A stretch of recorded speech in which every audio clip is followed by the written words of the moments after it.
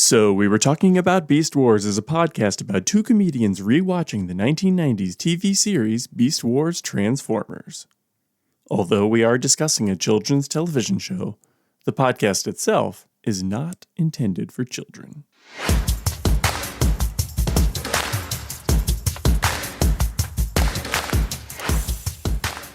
Hey, Megatron, I hear you've been running circles around Optimus Primal.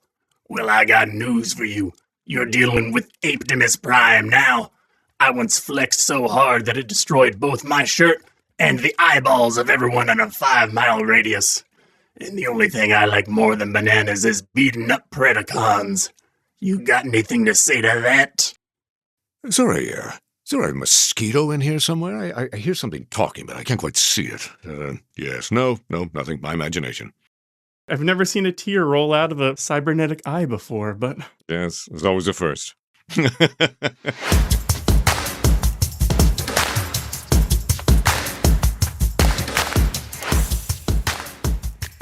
So we were talking about Beast Wars. We were talking about Beast Wars. I'm Phil Thomas.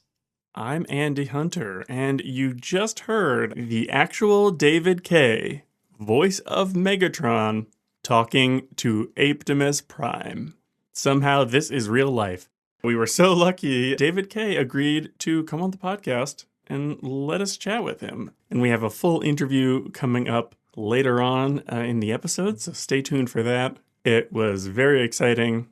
I haven't done the edit for the interview yet, so I hope we don't come across like fools. Phil, how did you enjoy that experience? That was the highlight of this podcast for me. I mean, I know we make up stuff on the podcast to entertain people, but that is no joke. He actually came on this podcast. He even recites part of an episode, actually my favorite monologue of Megatron's. And I guess you'll just have to listen ahead to hear what that is. Very exciting. I will also say, coming up on 5 years ago, I got a cameo from David Kaye for you, Phil, for your 40th birthday. And it was an awesome cameo. I would encourage everybody to check him out there and give the Beast Wars fan in your life a wonderful video from Mr. David Kaye. Completely agreed. Very thoughtful present from you, Andy. I cherish that cameo. And yeah, he does not disappoint. His voice is amazing, and it still is. Yeah.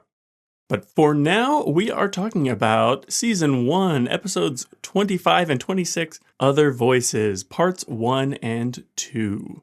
Because we are discussing 2 episodes today, and we've got that interview. I tried not to get too in the weeds with my notes, but we'll see if I succeeded or not. Part 1 is written by Larry DiTilio and Bob Forward. We have talked about them a lot. They are, of course, the 2 head writers of the show and have, I think, written all of the most lore-heavy episodes, wouldn't you say? Yeah, I think they have written the episodes that really move the needle. So the things that happen in these episodes, I consider to have a little more weight in terms of the dispositions of these characters and what are the moments that are the biggest turning points. Yeah. And this episode was directed by Colin Davies. We talked about him earlier because he was the director of The Spark. Certainly one of my favorite episodes of the show altogether. And then he did 3 more episodes in Season 2. So we will talk about them then. The episode starts with an alien something appearing from transwarp space. Rhinox identifies it as matching the alien energy from the standing stones. Optimus heads out to investigate, but he also assigns Rat Trap and Air Razor to check it out because they happen to be the closest. Tarantulas also, of course, is aware that the aliens are here. He says it's because he hacked Megatron's files, so I'm assuming those were the same files that Tigatron hacked last episode. Is that what you were thinking?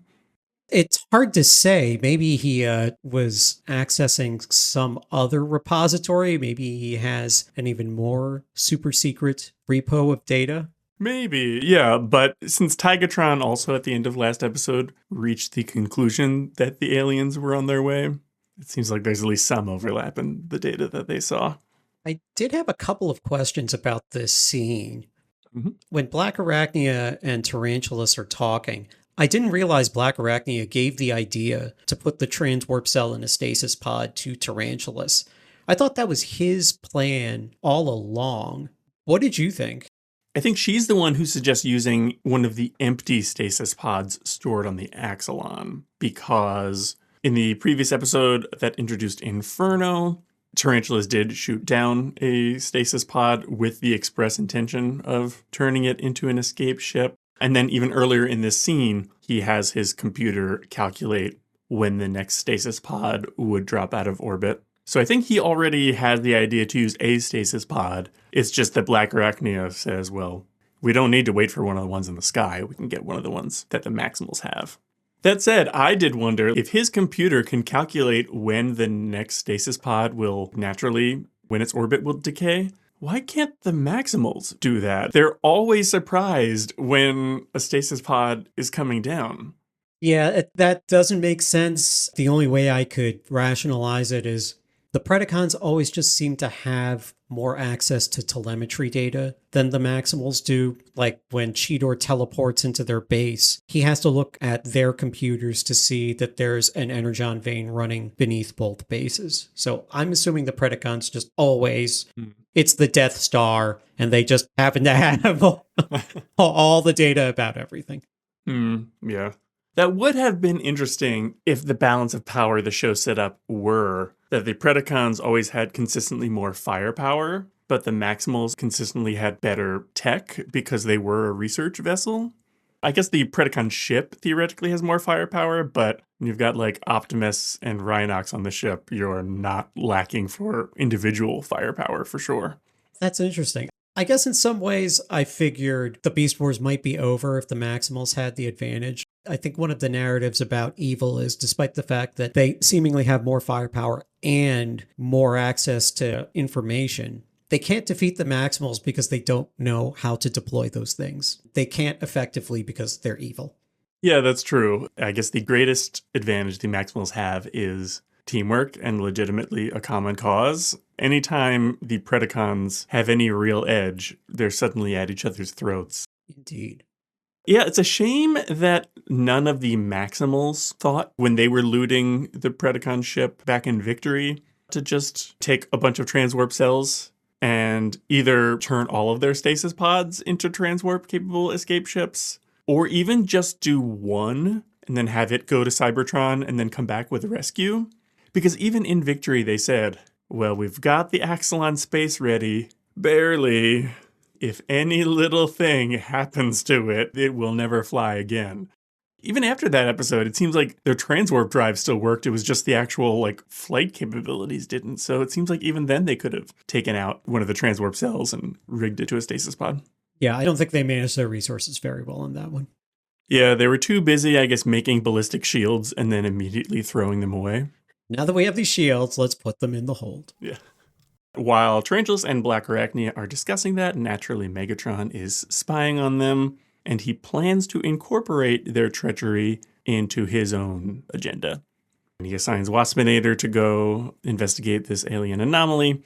I did think it was funny. Waspinator said he's going to tear Tarantulas a new waste disposal unit because he is mad at him for blowing him up last episode. Yeah, that was funny. I guess that would seem to indicate that they do produce waste somehow. or maybe we shouldn't read that too literally. Yeah, it's a tough visual to think about if we want to think this through. I had another question about this scene. Tarantulas doesn't realize Megatron has a camera in his lair. Isn't he supposed to be some super secret agent and he can't detect that? Yeah, I don't know. Because then at the very end of part 2, to jump ahead a little bit, it seems like Megatron's plan is, in the last episode, he did some secret reprogramming of the transwarp cell that Tarantulas stole. So I guess his plan is, I'm reprogramming it so that I can remote control whatever escape craft Tarantulas builds and use it to destroy whatever alien weapon is going to come. So it seems like Megatron's plan is to use Tarantulas' betrayal against him. But then, at the very end of part 2, when Optimus is trapped in there, Tarantulas is laughing about it. So was he like, I know Megatron is planning to do this. But I also know Black Arachnia is planning to betray me, so I'll trick her into get. So, like, was it that Tarantulas knew it was going to happen, so he was going to get her to do it? Like, both Megatron and Tarantulas were like, okay, well, I was wanting to kill a spider, but I'm happy to kill Optimus instead. Yeah, I thought as an adult I might understand the play-by-play here a little bit better. I was still highly confused about who knew what when. I think our good buddy Apetimus, I was actually watching the episode with him. He got really angry. I think if it's okay with you, he wants to come on the podcast a little bit later and vent about it. Yeah, as soon as he's done.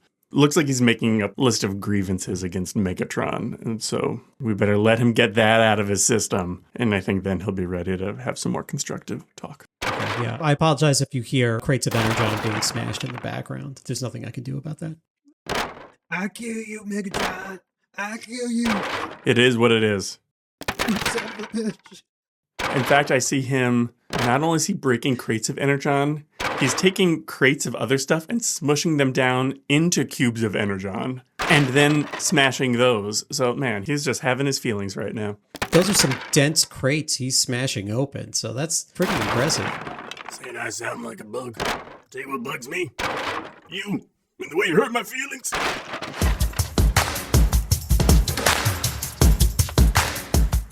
So Rat Trap and Air Razor reach the anomaly. It seems like it's stable Energon that's generating a field that zaps Air Razor and blasts Rat Trap away.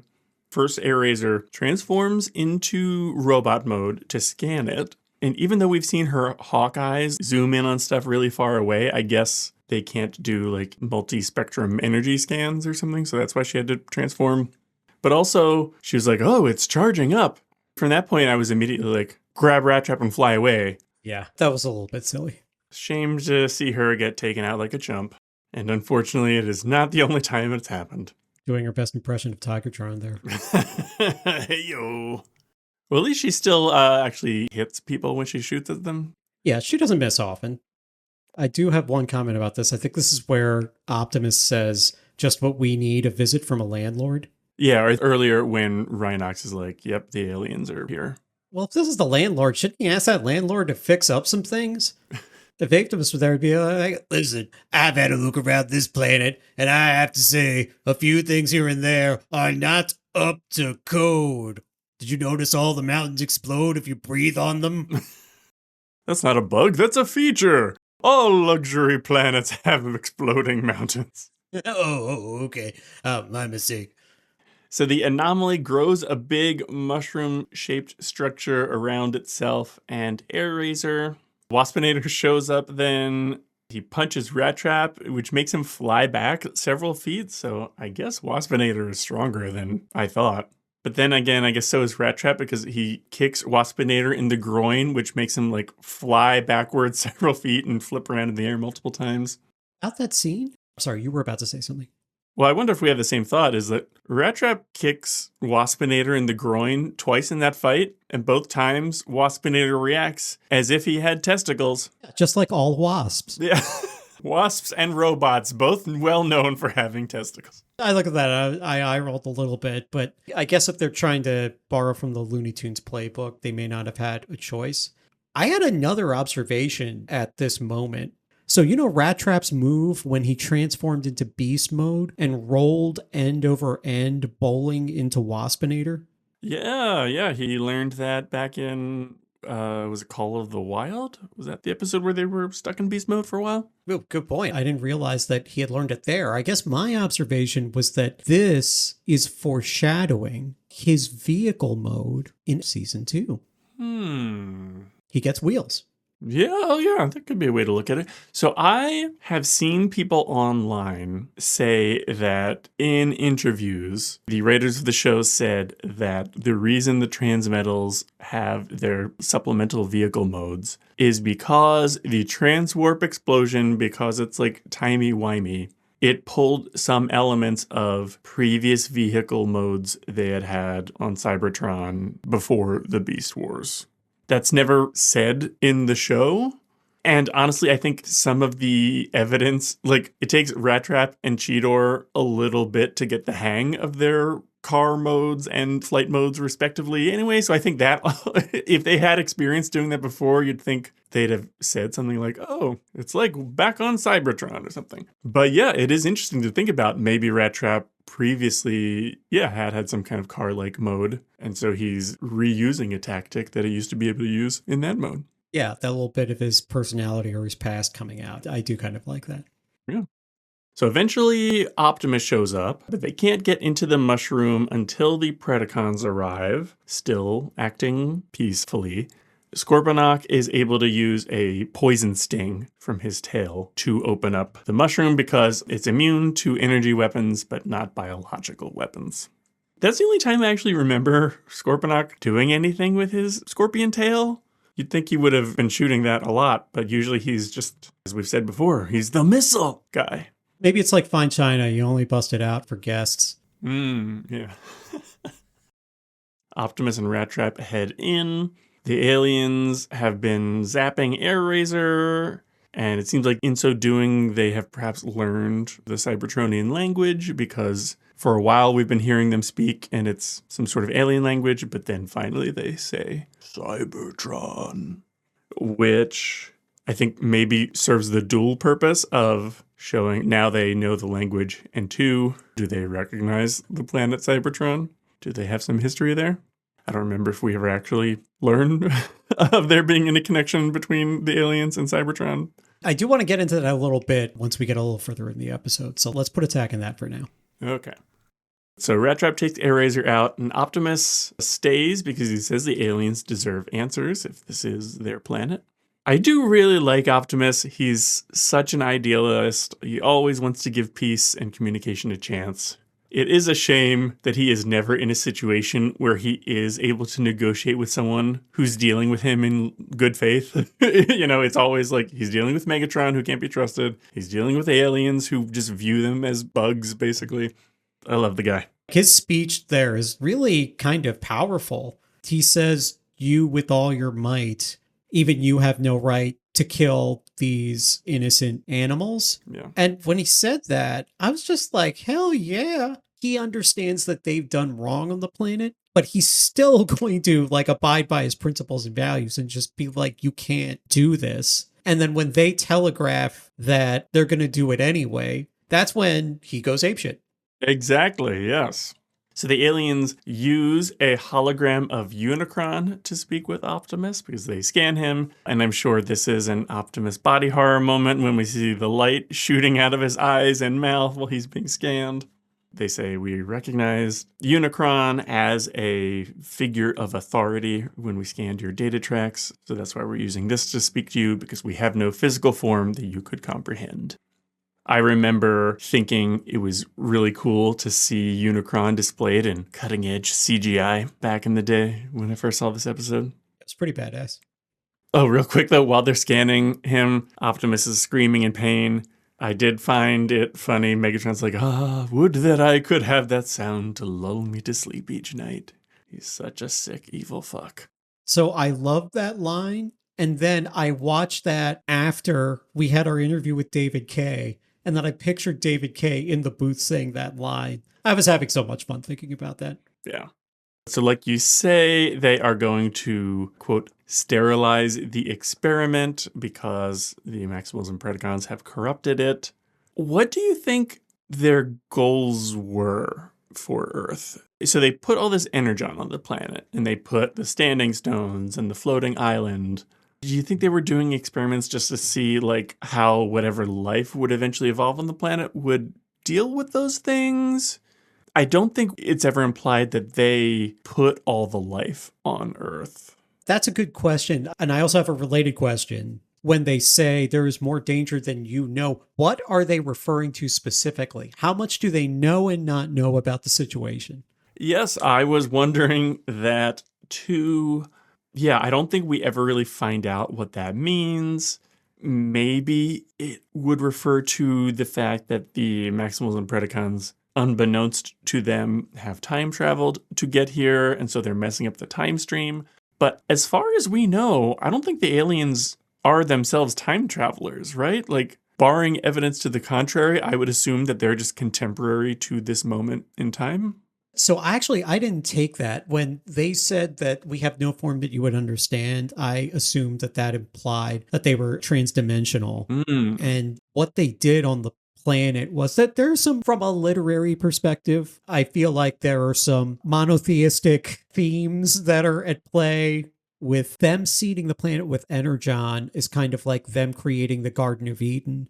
And they want to see if Transformers have what it takes to withstand the temptation to steal all of that. And then as four-dimensional beings, they can see the whole span of time at once, which means they know that Transformers are stuck on the planet and their descendants will try to come and rewrite history. So they basically just place an entire set of Indiana Jones style booby traps to thwart anyone who comes in trying to do exactly what it is that Megatron tries to do. That is not a bad theory. So your thought is that all the Energon and everything that they put on Earth is in service of an experiment for the G1 Transformers. And that is the experiment that has been messed up by the time-traveling Maximals and Predacons?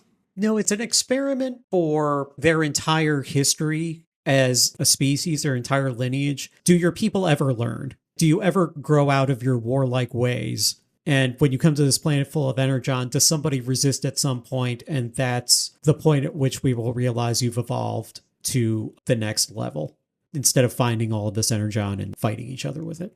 All right. Well, so if that is the experiment, then I wouldn't put it as you've contaminated the experiment. I would say you failed our test. Oh, that's a good point. I mean, unless the aliens are just assholes and they're like, well, you failed our test, so that means we kill you and we'll start over. I will say, at some point, when Optimus just says, fuck these guys, I think it's we should clearly take away that they're assholes.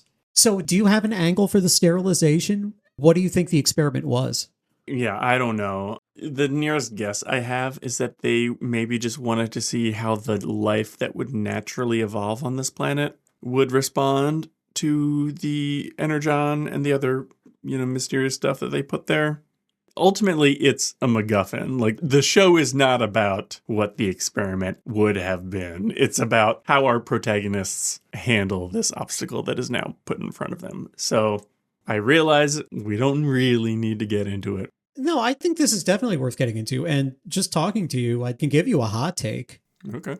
The experiment is for the humans. It's for the primates that are about to evolve into humans. And perhaps when they evolve, will they do the right things or the wrong things with the Energon? So there is some sort of evolutionary test here on the planet. It's for the humans. And then when Transformers show up and they go all Apetimus, oh shit, look at all this Energon. Starscream, try to help me snort this. This is going to be amazing. Then when they show up, he's just like, God, for God's sakes, you guys, we're going to have to start all over again. Yeah, that works as well as any other explanation. That's the best I've got for you. Take it or leave it.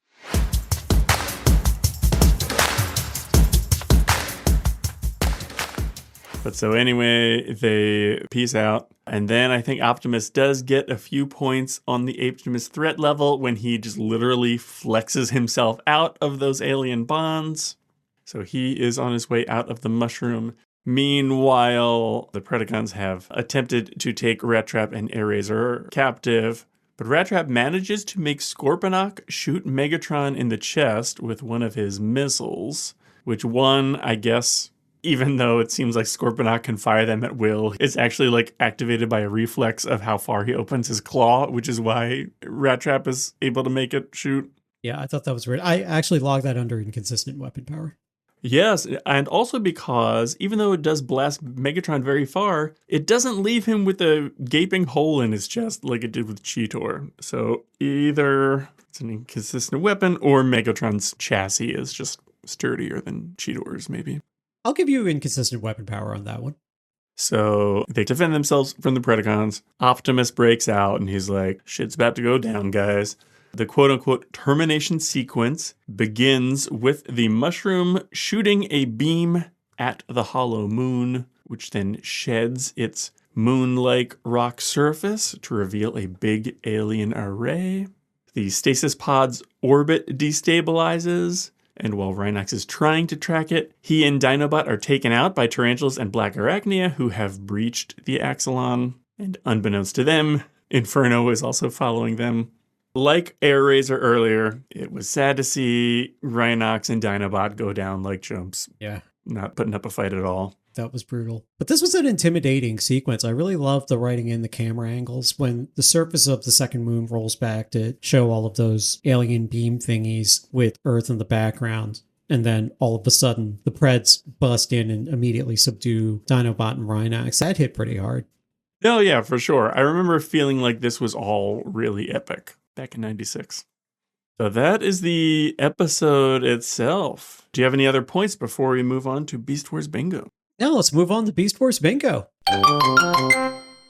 Beast Wars Bingo moments. Bullet Train. We have Rat Trap and Air Razor getting blasted away from the alien structure.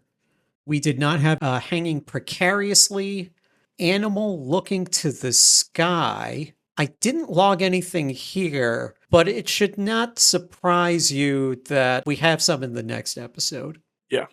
Optimus body horror moment. We have Optimus grappled by 5 metal tentacles, and then we have Optimus emitting green light from every orifice as he screams. That really did horrify me when I was watching it. Yeah. Inconsistent weapon power. Can Rat Trap really make Scorponok misfire just by clicking his claws?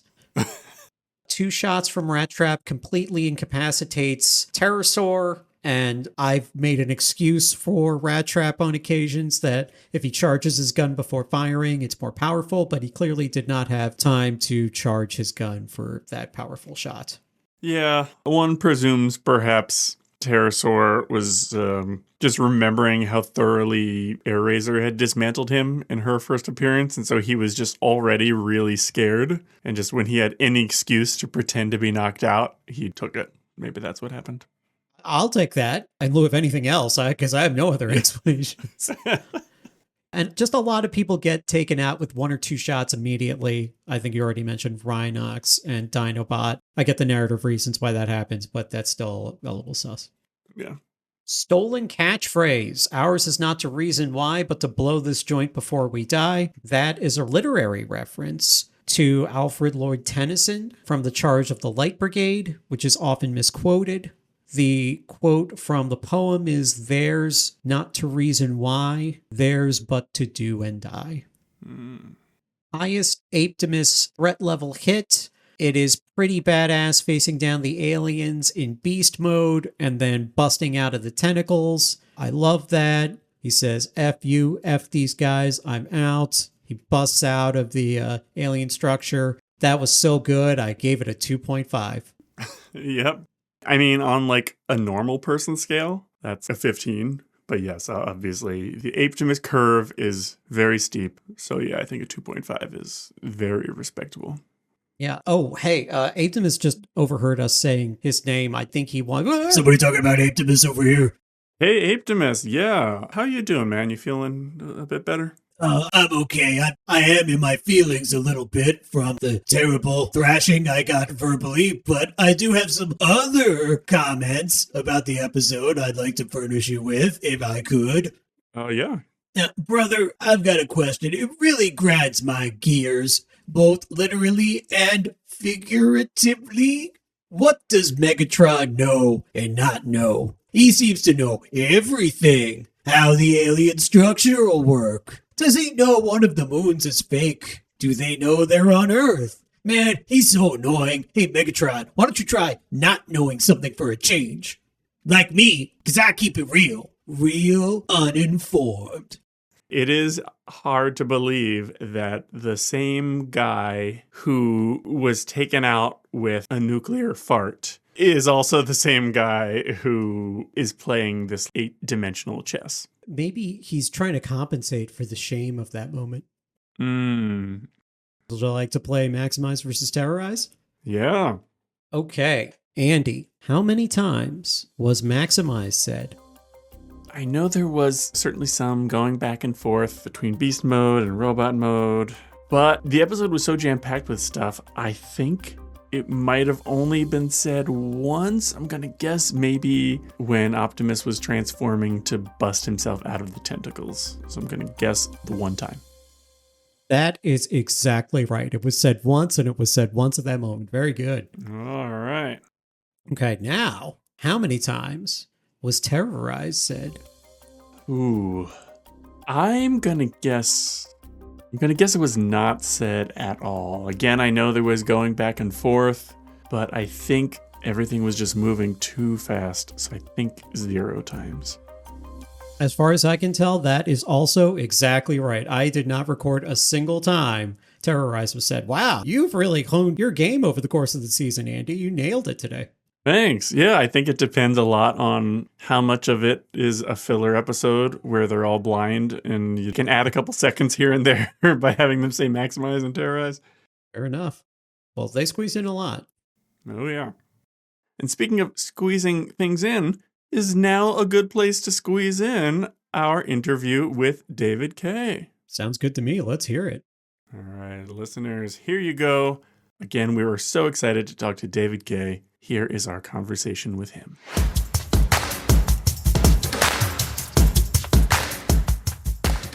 Mr. David Kaye, thank you so much for joining us. We are big fans of the show. I'm Andy, and this is Phil. We have loved Beast Wars since the 90s when we were in high school. We are rewatching the old show episode by episode, seeing how we reflect on it now as adults and from a more modern lens. And one thing that we've talked about on the show before is we think Megatron is in some ways the gravitational center of the show. Like, not to be blowing smoke up anywhere for you, but No, please blow smoke. I encourage smoke being blown. Yeah. Because Megatron does a lot of really twisted, truly evil stuff, and I think he could have been a really tough hang, if not for, obviously, of course, some great writing on the show, but also your stellar performance. It's interesting because you're watching it all the way through. I haven't, and I've said this to a few people on the con circuit and some interviews, that I personally have yet to actually sit down and watch the entire series from beginning to end. I've seen snippets. Obviously, we read the scripts and we had to read it twice, before we recorded it. But yeah, I haven't. So I'm always afraid to go back in because I I was younger and there's certain things I would love to try again now. But I'm just one of those people that once it's done, I kind of, it's like when I used to do theater, you memorize all those lines and at the after party, hey, remember that? Like, oh my God, I forget everything. You just gone. And so over the years, I have seen snippets and, oh, yes, that speech. Oh, this scene. Oh, yeah, of course. Yeah, so that's cool. You're sitting down again. And not just you guys as adults, but what's kind of blowing me away is I'm learning this on the con circuit as well out there. When I was in Plano a couple weeks ago in Texas, outside of Dallas, little kids coming up. And they know all about yes, and excellent, and Megatron. And I'm like, well, how do you? I go, oh, right, streaming. So the parents and the kids, and now the grandparents. So that's kind of cool. I thought I was kind of going to age out and go, hey, what a ride. But it's still going. And how awesome is that? So thank you. Thank you both for keeping it rolling. For sure. It's kind of cool. When you first got the role and started working on the show, what was your North Star for Megatron? How did you want him to feel, like, from the very first moment that he spoke? It's sort of one of those things where in each series, you have an idea who this is, obviously, when you're going in. You're fortunate enough to get the role. You go, okay. And you don't really kind of start to dig in until you get to know the character through what's going on, because we weren't allowed to see the scripts. It's all very secretive and hush-hush, and sometimes you just don't get them until the day of, and Sue Blue we'd have a table read, and we'd read what's going on. You go, oh, okay. So that's why it was, in this sense, it's difficult to go right in and start recording something, because we didn't really have, at the beginning, we didn't have much of a reference. So that reference started to reveal itself as the episodes were recorded. And so you started to kind of play more, use a little more nuance with the character and take a few little liberties, as it were, like the yes that came out. I think I remember it being on the script, but it was only one, and it wasn't, it intended to be a thing. And I added like a no on the other end of it. And all of a sudden they started kind of writing it.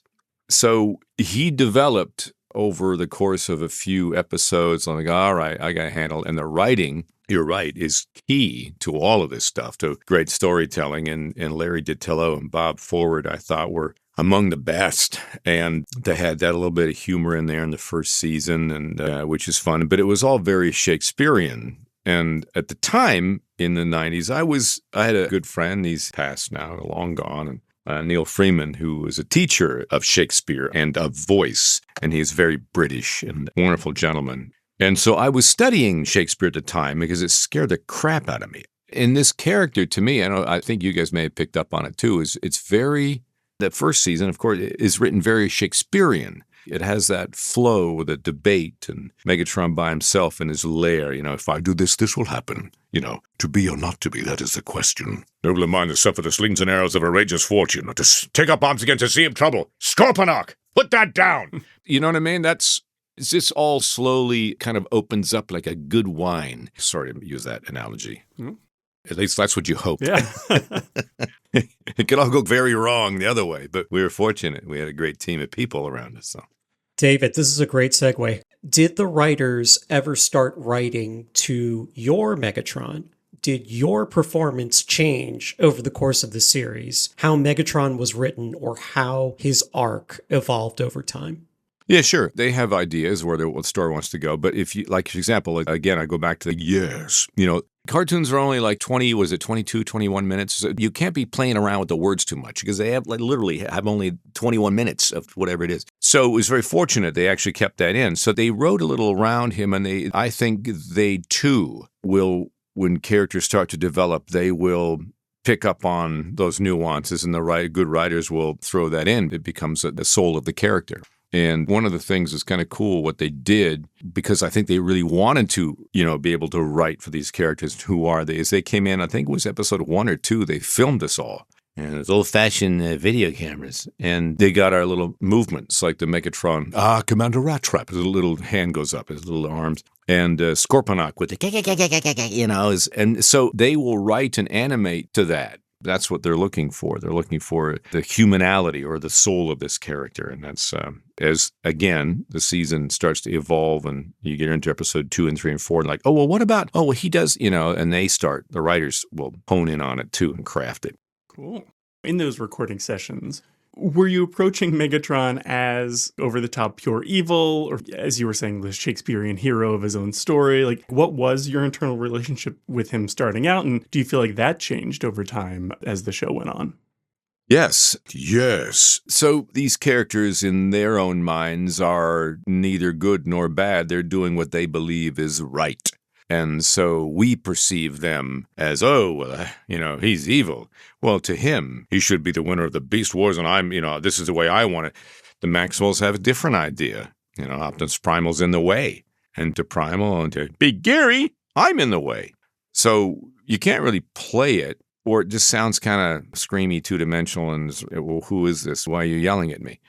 But it's all in the scheming and all the thinking through is how do I make them see that this is the way it has to be? How do I take my team and run this whole thing? That's really how it should be, which is one of the reasons why I love to go back and, try it again. Of course you can't. But because when you're doing it, you kind of, okay, yeah, you're right. We're trying to do this. But when you sit down and think about it after the fact, it could have been so, we could have added a little something in here and it could. But the cake is done. It's out of the oven. Yeah. And so we have to move on. But yes, does that answer your question? Yes. Yeah. So, David, obviously I have my favorite 1 or 2 Megatron moments, but I would like to know what are 1 or 2 Megatron moments that you're proudest of, either a scene, a line, or a specific vocal choice that you made. Well, I do want to hear your favorites. But to the very beginning of it all, when Doug Parker had me in the booth for the very first time, and I'm like, I'm lost.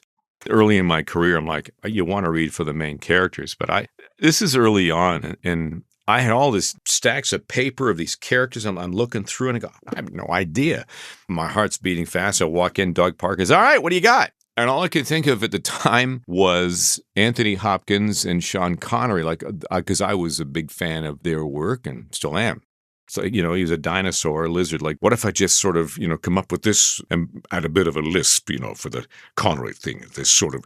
And I did a couple lines as a warm up, and Doug said, "Yeah, sounds good. Let's lay one down." So all of a sudden, I'm like, okay. It's funny. It can either go either way. If you have nothing, you may have nothing. Or sometimes spark goes, and you're like, I'm just going to go with it and commit, which is pretty much what you have to do. And that was sort of what happened. So I'm going way back to the very beginning of the choice of the voice print that I came up with.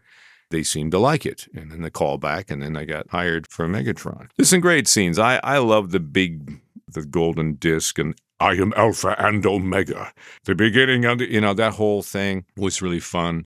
I loved the little rapport that I had with Waspinator. Dolt, who is this child? And then the other stuff I really liked to do was with Inferno, and that was always kind of fun. My queen. Stop calling me that. Those were always fun moments. It was with the people in the room. So what were yours? Very quickly, the monologue at the end of season 2 where he's talking about his rationale for why he wants to destroy Optimus Prime. That whole monologue is just kind of emblazoned in my mind. You delivered it so well, where he's talking about how the Predacons were enslaved because of history, and now he's going to change it. I've always thought about that monologue. And then very specifically, when Optimus Primal says, "Freedom is the right of all sentient beings, Megatron." Yes. And how appropriate is that still to this day? Oh. Even you read things from the Greeks and the Romans, you're like, Shakespeare by the 1400s, Macbeth, that soliloquy is and tomorrow. You read that and you're like, a poor actor threats and struts his life upon the stage and then is heard no more. You're like, that is so relevant. That is so, my gosh, as we get older, we think, that's it. We make all this noise and then you know what I mean? And this is from a cartoon. It's good writing. You know what I mean? Good writing. There's an example right there, and how it stays with you and it leaves an imprint. It's funny where you get those little nuggets as you go through life. These little, I call them smart-ass Buddhas. Either they're writers or people you don't expect to give you anything relevant or anything interesting, but some lifty on a ski, going up on a mountain skiing, and some old dude, say, "G'day, Maya, you tonight," and he says something to you. You're like, oh my God, it changes your entire direction of life by a little chance meeting. So little lines like that from a cartoon series, you think, and they stay with you. And how appropriate is that? It's brilliant. I think it's brilliant. Yeah. Yes. I was trying to find that. That leads us into the next question we're going to ask is there anything in particular you remember where you thought, like, this is really wild that we're doing it on a kid's show, and you felt like you had extra room to play beyond what you usually get to do in a kid's show? We never, or I didn't, I don't think we thought of it as a kid's show. We're just trying to sort of make it as real in the world as possible. And these are real beings, living, breathing beings with a soul and taking up space in a universe. Man, that's pretty deep. Wow. Okay, let's end the show there. We're done. Yeah, so we never really thought about it. We knew it was on, at the time, on kids' programming, but it never really sort of entered our minds that we're doing this, this show. And we knew it was for kids, and we couldn't wait for the toys to come out, because no matter how old we get, it's still, the toys. We still love the toys in that respect. So, yeah, I think a long-winded answer, but I didn't really think about, a show for kids. I decided, well, isn't this cool? Well, let's make it good. You have gotten into this, but in case there was anything else you wanted to mention, why do you think that your portrayal of Megatron has stuck with fans for so long? Yeah, that's a good question. You never know what you're going to do, what makes any sort of an impact. I don't know, honestly. I don't know that answer. I honestly think it's just a lot to do with the characters around him that make him who he is and how he interacts with them. I think that was what initially really brought people in, because we love to see him tell Waspinator to, what do you, don't, stop it, and that. And he just was surrounded by these stooges, and he's just like, come on, can anybody? And then with Dinobot, there's some wonderful scenes with him. I think it's the other performances and the other characters around that really resonated and made Megatron this figurehead, overlording over everyone. Yeah, it's a sort of a tough one to answer. I really don't know why. So it struck a chord of some kind. Maybe somebody can help me with that. For you, like, what did that character make you, like, do the meerkat, like, huh? Or just the Scooby, huh? What's that? What was it for you guys? Because I'm interested to know that. There are so many qualities that were imbued into the voice and the dialogue that immediately just let you understand and know who he is and what his principles and values and motivations are. So much is communicated in the dialogue and the way things are said. That's the most succinct way I could put it. That's very cool.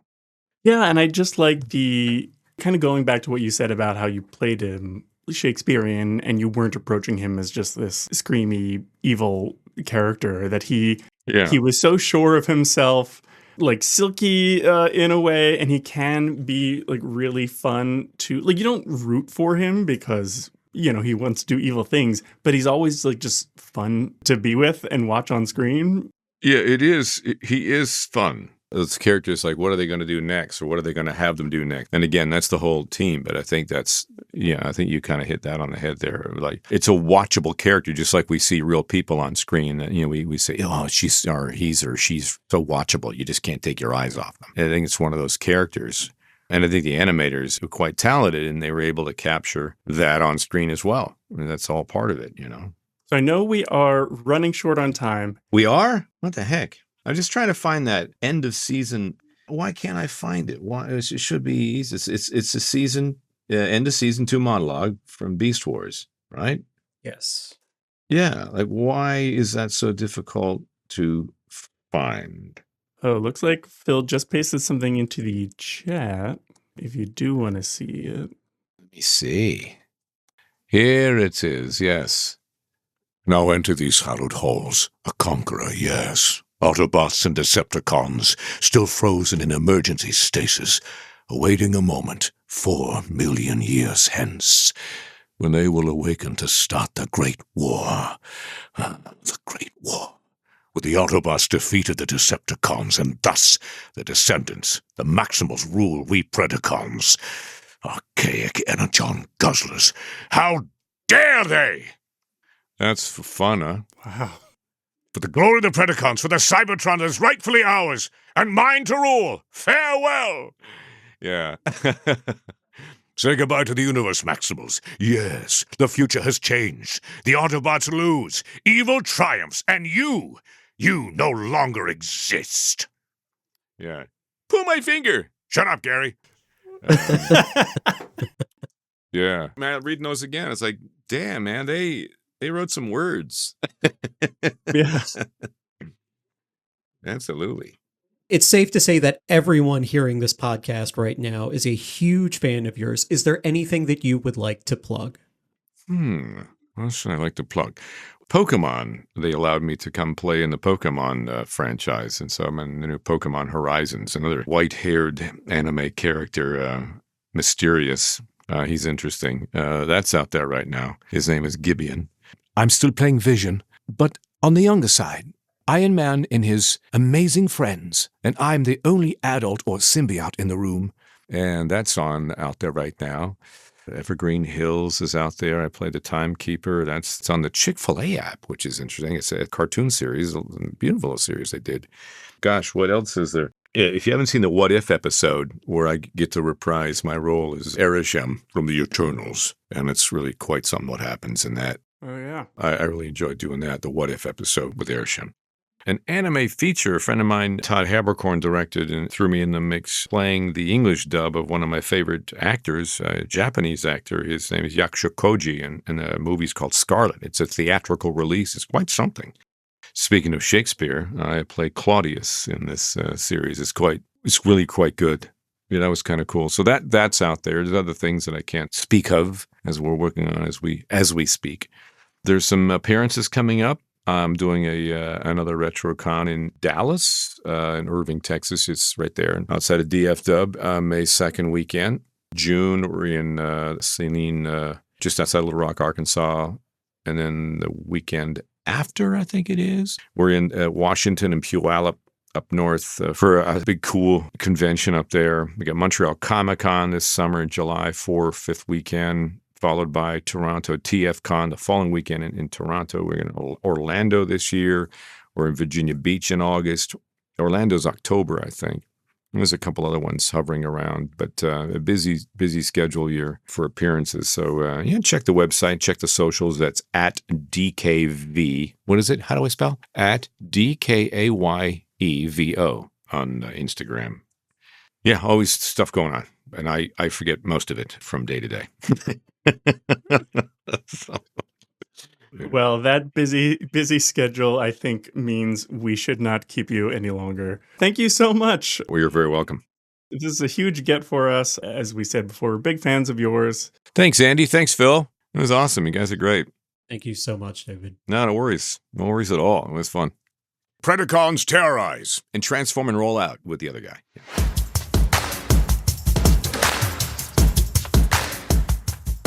So we were talking with David Kaye. I still find it hard to believe. Yeah, that was clearly the highlight of the podcast for me. Wow, what a great thing to be able to include as we end season 1 on such a high note. Yeah. And speaking of the end of the season, here we go. Other Voices Part 2. This one was written by just Larry DiTillio, or at least he's the only credited writer, and directed by Ezekiel Norton. He was one of the animators on the show, as well as Reboot, and he has directed a handful of things, including other Beast Wars episodes, The Probe, and an episode later on in Season 3. We start with Cheetor and Tigatron looking at the beam, or I guess you could call it animals looking up at the sky. I see what you did there. Good job. Tigatron calls it the light at the end of the world. Quite poetic. Mm-hmm. Optimus, Rat Trap, and Airazor are back on their way to the base. Optimus calls Cheetor and Tigatron to tell them to meet them at the base, and he says Code X, which we have previously identified is the Get the Giant IKEA Bag code. I don't know, do you think maybe the Cybertronian language is a bit tonal based? So like depending on how you say X, it's actually like a different letter, and you can sometimes it just means really go fast, and other times it means get the giant IKEA bag.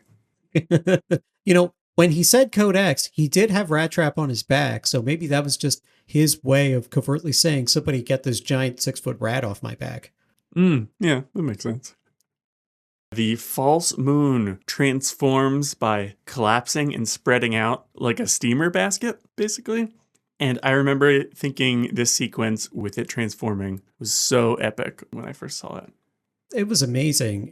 Some things on a CGI show are a lot harder to do than hand-drawn cartooning. The very slick and sophisticated transformations of this moon are clearly something that's much easier to do in CGI and was very, very impressive. Yeah. Within the Axlon, we've got Tarantulas installing the transwarp cell into a stasis pod.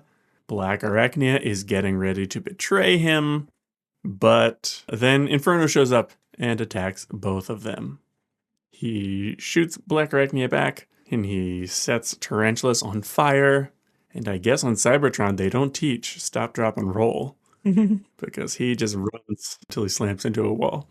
When that happened, I got real Lord of the Rings, Denethor, getting himself set on fire and throwing himself off the top of Minas Tirith. So I was just like, oh, Tarantulas pulled a Minas Tirith. Yeah. I guess maybe Tarantulas comported himself a bit more of a dignified way, because Denethor ran like a quarter mile between like where he gets set on fire and then when he actually jumps off the tower. Like, I guess he was trying to outdo Tarantulas. Yeah, I guess so. Eventually, Black Arachnia pops back up and takes out Inferno with his own gun, which I think is the only time we've ever seen Inferno show fear, is when his own gun is pointed in his face. Agreed. All of the upright Maximals show up, and they keep saying that the shields are down, which I don't understand, because when Black Arachnia and Tarantulas entered the Axlon, they used a device to sneak past the shields without disabling them. So did they shut them down after? That said, later on, Optimus says they can't spare the power to activate Sentinel to take down the spiders. So I guess maybe Rhinox turned off the shields and Sentinel, in order to have the power to scan the beam and the moon. The shields being up or down affects whether or not Megatron can scan the maximal base. Seems to be the only way it actually matters. Okay, so if that's the case, do you think Black Arachnia and Tarantulas would have wanted Megatron to know what they were doing? Because if they did, then maybe it's more likely that they turned off the shields. But if they did not, it's probably more likely that Rhinox turned the shields off. Yeah, I don't think they would have wanted it to. Also, we've previously seen in Double Dinobot, we saw that you need still a password in order to deactivate Sentinel. Right. Like, it's not just a button you can push, so I guess Rhinox must have. But then they do end up turning the shields on anyway because the moon array shoots this big ray at the planet, which is heating it up to blow up all of the energon. Their computer tells them the external temperature is 140 rads. On Earth, rads are a unit of radiation measurement, not temperature, but I guess it could be a Cybertronian unit of temperature, just like they have their own units of time. I took that to mean degrees Fahrenheit, but whether it's Fahrenheit or Celsius, it's getting hot up in here. Yeah. The Predacons are also realizing what's going on. Megatron muses that he likes the aliens because of the carnage they're willing to wreak just to deal with them. And there's the classic line by Waspinator. Waspinator does not want to be destroyed. Waspinator has plans. I love that line. And something is said by Megatron here that echoes something that was actually said earlier in the episode by Optimus. When they're flying back to base, Optimus says Rhinox will have a plan for how to deal with these aliens. That is awfully presumptuous. Or just really confident. I mean, I think, Optimus has called Rhinox old friend before, so I think they go back quite a ways.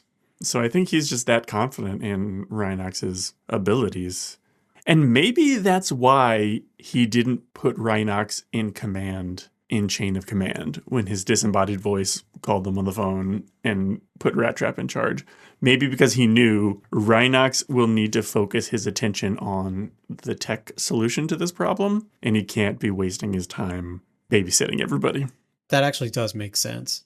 That having been said, when all of the Predacons are panicking, I think it's Scorponok who says, Megatron will save us. And Megatron's like, oh, no, I'm not going to do that.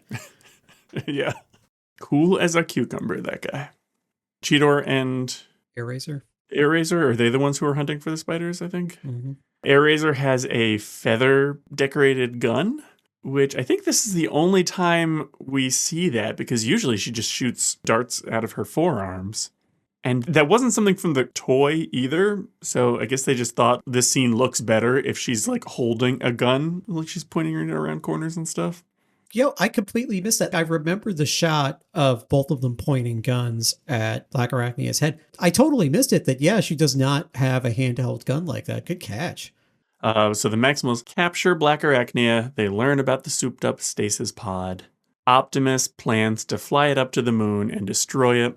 Ratchet says, with what? One of your famous "we can do it" speeches. Such a great line. I love that line, but rewatching the show now, I don't think Optimus has actually been much of a speech maker. He's not like a Captain Picard or something, you can point to like, here's an awesome speech, here's an awesome speech.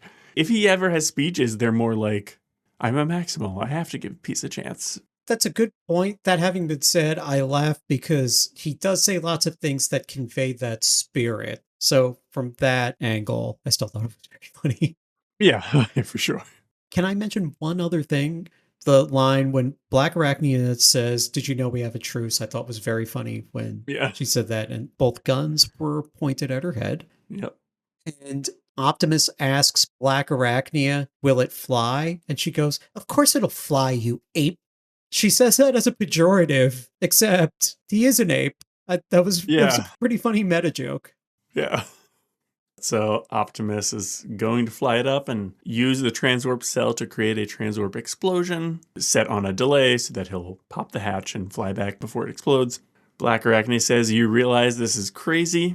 And Optimus says, sometimes crazy works. So Sounds to me like it's time to go apeshit. Absolutely. That was said from Apetimus' mouth. I'm sure when Apetimus was watching the episode, he was just there mouthing Optimus saying it.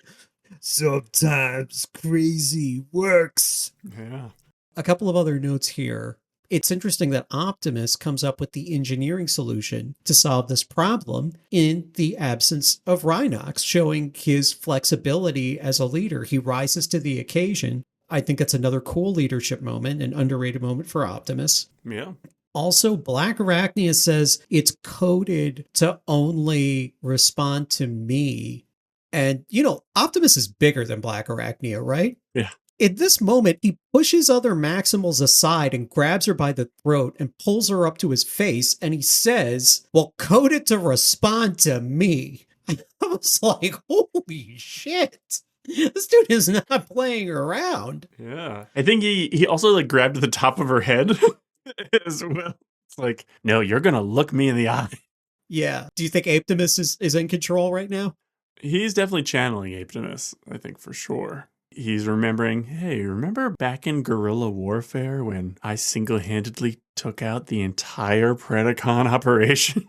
I don't need to do that necessarily, but I need to remind Black Arachnia that I can do that. This would not get made today. That would not happen, I don't think, in a cartoon today. It was something that was more likely to happen in the 90s. Nowadays, they would probably just have him stand real close to her or say something like, all right, fine, then we'll all just die. If you don't want to recode it for me, then... because we're not letting you get in there and escape. I like that. Before Optimus takes off, he tells them all that they're the finest crew he's ever served with.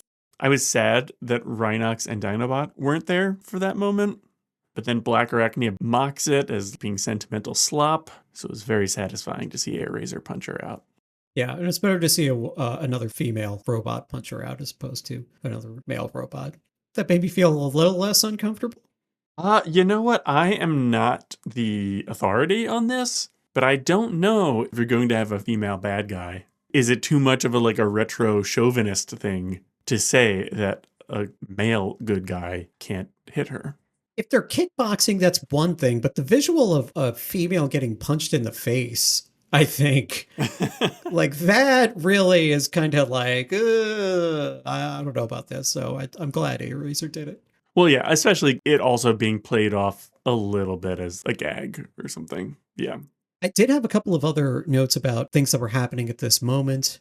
All of the Maximals are volunteering to go in Optimus' place, and Cheetor immediately, because he's the brave one, if naive, but still brave. And then Tigertron comes in and he goes, no, let me. I owe this world.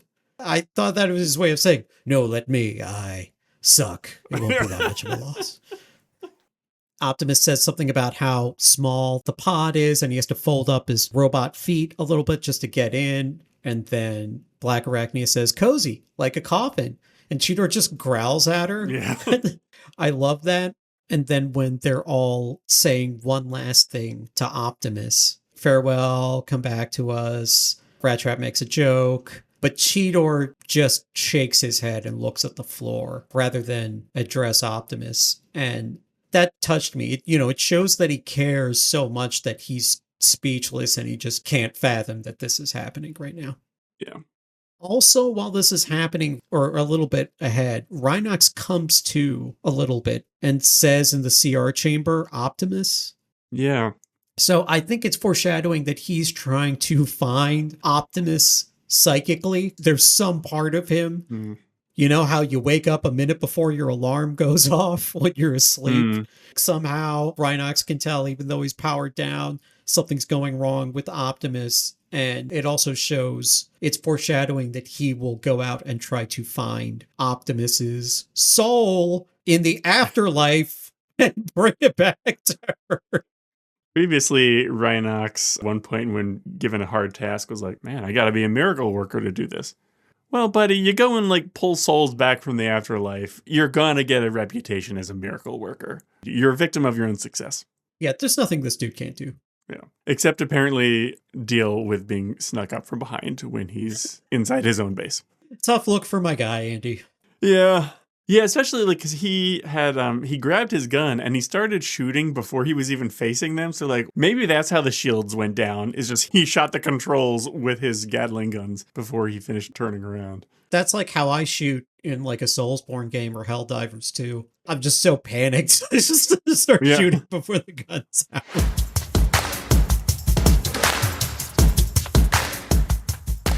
They all say their goodbyes. Optimus flies up. It was a cool visual just seeing the stasis pod going straight through the ray that the array was firing. But I couldn't help but think, would you have gotten there faster if you just flew a little bit out of your way and then weren't fighting the heat ray the entire time? Yeah, there's something weird about that. I was trying to think of the dynamics there, and I reconciled it as like they're microwaves such that if they pass through your body or the stasis pod, they don't do much. But if they hit the energon specifically, there's an interaction that causes them to ignite. Yeah, I guess we also could see some shields around the stasis pod. And I guess heat rays don't actually like, it's not like a giant stream of water that he was having to fight against or something. So maybe it wasn't actually exerting any force counteracting his speed. But it still seemed like, here's a big ray that I'm trying to turn off. Let me just walk through the ray the entire time I'm on my way to the off button. It's still a pretty badass visual, though. Oh, no, yeah, for sure. Can we also talk about how when he gets loaded into the pod, the Apetimus side of him is coming out. And then when he gets in the pod and the door closes, he puts his battle mask on and he squints. He's like, yeah, come at me, bro. Let's fucking do this. I'm like, this is such a badass scene for this guy. Just seeing like his courage in this moment. It's another reason why Optimus is our guy, Andy. Yeah, for sure. He's about to go fight the moon. It's hard for me to imagine anything Optimus has ever done that's more like Apetimus than fighting the moon. I don't know how you could even consider something like that without going full Apetimus. Yeah. Hey, Apetimus, what do you think about this of Optimus going to fight the moon? Oh, hey, Andy, thanks for getting my thoughts here. I have plenty. I love this. This was tailor-made. This was a 24-point custom-made suit just for Aptimus, brother. Fist fight with the moon. Now you're talking. Enough chatter. We're going mano-y-mano with the Moono. And numero uno. Yours, oh, truly, oh. We're talking my cranium versus your craters. The man on the moon versus the Baxable on fire? Actually, Optimus doesn't do a fist fight against the moon. He uses a transwarp explosion to destroy it. Oh. You know what? I don't get what's so impressive about destroying the moon once. I do it every month. Wait, what? Yeah, why do you think they call it a new moon? Hard to argue with that. Apetimus Prime, everybody. Apetimus out. Remember, kids, go apeshit. I didn't have the heart to break it to him how this confrontation with the moon ends for Optimus.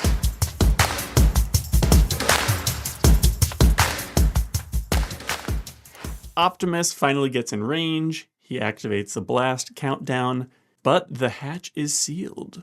Like we said earlier, presumably because of Megatron's reprogramming of the transwarp cell last episode. Like I said, I think he always planned on using this as a way to take out the array. He just thought that he would be killing tarantulas rather than Optimus. But I still find it kind of hard to buy that whatever reprogramming he did of the transwarp cell, I guess allowed him to just remote control the entire thing, because he certainly wouldn't have expected tarantulas to be trying to destroy the moon. I think tarantulas just planned to bugger off and let everybody else deal with this. Yeah, that's a good point. I guess either way, he wasn't going to take the chance. So it makes sense to me, as you said, that he would have a way to keep the door shut and also guide the ship directly into the array. You know what probably would have made it easier for me to buy? If we'd seen Megatron actually like plug a cable into the transwarp cell when he reprogrammed it. I've said before, I like seeing shit plugged into other shit. Yeah, he didn't even put like a floppy disk in it or anything. It's the 90s. We need a floppy disk. So Megatron is not satisfied simply with having done this. He needs to call up Optimus and gloat in his moment of victory.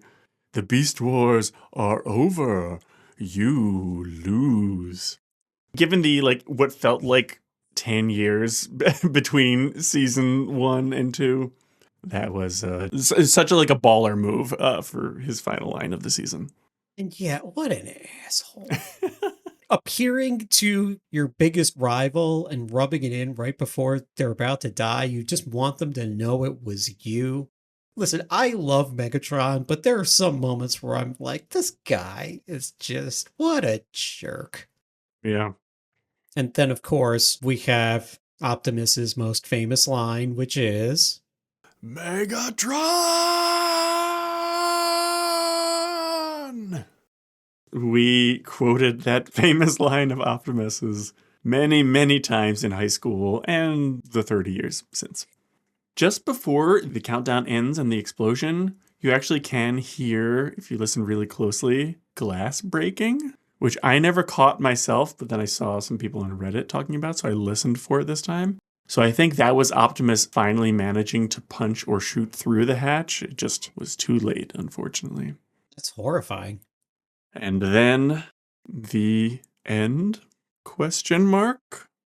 That's a question we were wondering more than just all summer. I feel like it was a long time before season 2 came out. Was it like a year or two? I think so, but again, it might have just been like 5 months or something, and it just felt like forever. And every single time they aired the one where they all went blind. So glad we don't have to force ourselves to watch that anymore. Yeah.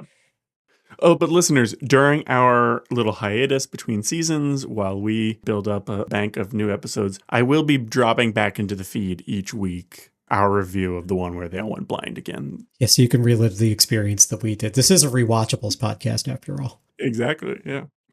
The final shot is the transwarp explosion and the debris of the array and the stasis pod and Optimus Primal.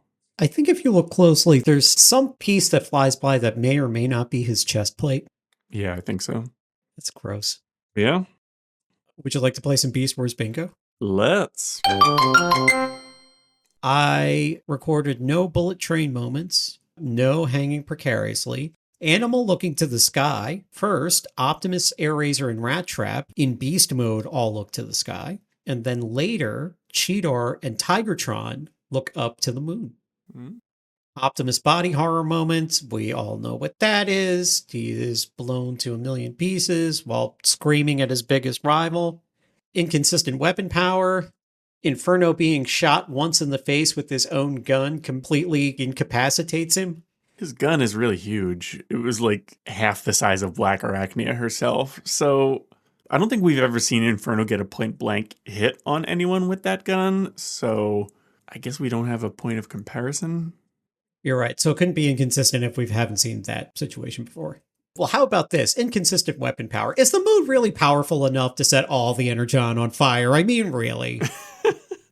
But Phil, it's an alien moon. Oh. So all bets are off. Yeah. Right. Okay. Yeah, no frame of reference. Oh, and I guess I'm going to have to stop calling this planet the mysterious two-mooned planet. Huh. Yeah, because now one of those moons is Dunzo. That's right. I wonder if Waspinator is going to disambiguate that for us next season. We shall see. No stolen catchphrase, unless you want to count Optimus just screaming Megatron over and over again. I guess that's his catchphrase now. Prematurely declared dead. I guess this is the biggest prematurely declared dead or not. So this is a conversation I want to have with you. Obviously Optimus, but he does technically die. Yeah, I don't think it's premature at all for anyone to have declared him dead. I mean, I guess technically Megatron was prematurely declaring him dead when he was gloating because Optimus wasn't actually dead yet. Okay, fair enough. Highest Apetimus threat level hit. Optimus flies into space to duke it out with the moon. Yeah. How high do we want to rate this? Well, as we just heard, I guess to truly hit a 10, you have to be really just fist fighting it. So, I don't know. Maybe we can only go up to a 9. I was going to go 7.5. Okay. That makes sense. Well, you were actually watching the episode with Apetimus, so I guess you got firsthand his rating. So that makes sense. Yeah, actually, he was sitting next to me eating some Slim Jims. And I was like, I don't know. What do you think? 9.5? And in between bites, he was just like, 7.5, brother. And I was like, oh, okay. All right. Well, I'll let Andy know. Speak of the devil, he just sent me a text. He said a 10 would have been if I were to grab one of the other moons in the solar system and bowl it into the moon in question and blow it up that way. Or failing that, doing that thing where you like rub your thumb against your nose to show that you're tough and mean business, and then making the moon die of fear. Those are the two ways to get to a 10 on the Apetimus threat level. Specifically, as far as destroying a moon goes, I guess. That was worth the wait of the entire season to find out how we actually get to a 10 on the Apetimus threat level. We did it. Thanks, Andy. Those are two moon-specific examples of how you get to 10. I assume there are many circumstances in which you can get to a 10. There must be sun-related ways to get to a 10, or presumably even a banana-related way. What if you just jammed a banana in the fake moon and it just exploded? Is that a 10? You just jammed it in the exhaust pipe. Think smarter, not harder, brother. Okay, very good ape shitter bullshit conversation. Wife corner. I kept saying previously that Optimus dies. And every time I would say that, my wife would go, Optimus dies? And I would just go, oh, no, I'm just fucking with you. No, he doesn't. I've done this multiple times, and I think I did convince her. So we were watching the season finale. We watched part 1, and she was like, I'm really tired. And I'm like, we got to see part 2. And then part 2 ends with Optimus dying, which is the most dramatic moment in the entire series. And instead of reacting, she just kind of yawned and looked at me and went straight to bed. I'm there like trying to hold back tears. Apetimus is trying to hold back tears, and she was just trying to hold back tears because she was yawning. You know, we all process grief differently. Some of us just head straight to bed. Yeah. So that's it for my Beast Wars bingo moments. How about we play Maximize vs. Terrorize for the episode, and then we do some season stuff. All right, nice. So Maximize versus Terrorize. Andy, how many times was Maximize said? In this episode, I'm tempted to say 0 because I don't remember it happening. And I know things were moving along at such a brisk pace. Yeah, I'm going to trust my instincts. I'm going to say 0. You guessed right. It was not said in the entire episode. Oh, okay. And now for the other half of the coin, how many times was Terrorize said? I think this has to be 0 also, because the spiders and Inferno, they're all already in robot mode. So I'm going to say 0 for Terrorize too. You guessed right. It's the only episode in the entire season where neither Maximize nor Terrorize is said ever. Just can't fit it in. Got too much other stuff to do. Speaking of which, I prepared a season-ending game for us, Andy. Okay. I'm going to have you guess some season-long props. The first one, how many times Maximize was said in the entire season, and how many times Terrorize was said in the entire season. Now, I know that for the first, I think, 4 episodes, we did not list how many times Maximize or Terrorize was said. So I went back and watched those episodes and counted, and I figured I would tell you those amounts right now. Okay. In episode 1, do you care to guess? Let's see. The fight between all of them happened in episode 1, so Maximize would have been said at least 5 times. No, at least 4 times. I'm going to say 5 times was said in the first episode. That is exactly right. Okay. Because I remember there was that sequence of they all like Optimus Primal, Maximize, Megatron, Terrorize, Cheetor, Maximize. They all took turns saying it for their beauty shots. How many times has Terrorize said? That, I think 7, maybe? Because I think, oh wait, hold on. I'm going to say 6 because I think all 5 who were in the fight said it, and also Dinobot in the beginning when he was threatening Megatron. So I'm going to guess 6 times. Your original guess was spot on. It said 7 times. Oh, really? Okay. It's pretty good, seeing as how we're talking about an episode we both watched several months ago. It's been longer than that, but we've had 2 April Fool's episodes since we started the show. Oh my God. Wow. Well, that's really good. You're good at this game. Okay, thanks. In episode 2, how many times is Maximize said? I'll guess 5, because I remember they did, even though the final fight is Beast Mode against Beast Mode, they do fight briefly against the Flyers, so I'm going to guess they all said it then. I'll say 5 again. It is said 9 times. Whoa, shit. Yeah, it's ridiculous. And then how many times is Terrorize said? I'm going to guess that one is twice. Maybe Pterosaur and Waspinator say it when they are strafing them. So I'll say twice. That's exactly right. It's said twice. Oh, okay. And because these are much less interesting, I'll just let you know what the amounts are. For episode 3, Maximize is said 3 times, Terrorize is said twice. In episode 4, Maximize is said 3.5 times, Terrorize is said 3 times. So if somebody gets cut off saying Maximize, I'm guessing? Yes, that's correct. So let's do this. For the entire season, 26 episodes, how many times do you think Maximize was said? Oh boy. All right. So we've got some times where it's as many as 9 and sometimes where it is 0. And I'm going to guess probably an average of more like 2 or 3. What the hell? A nice even 50.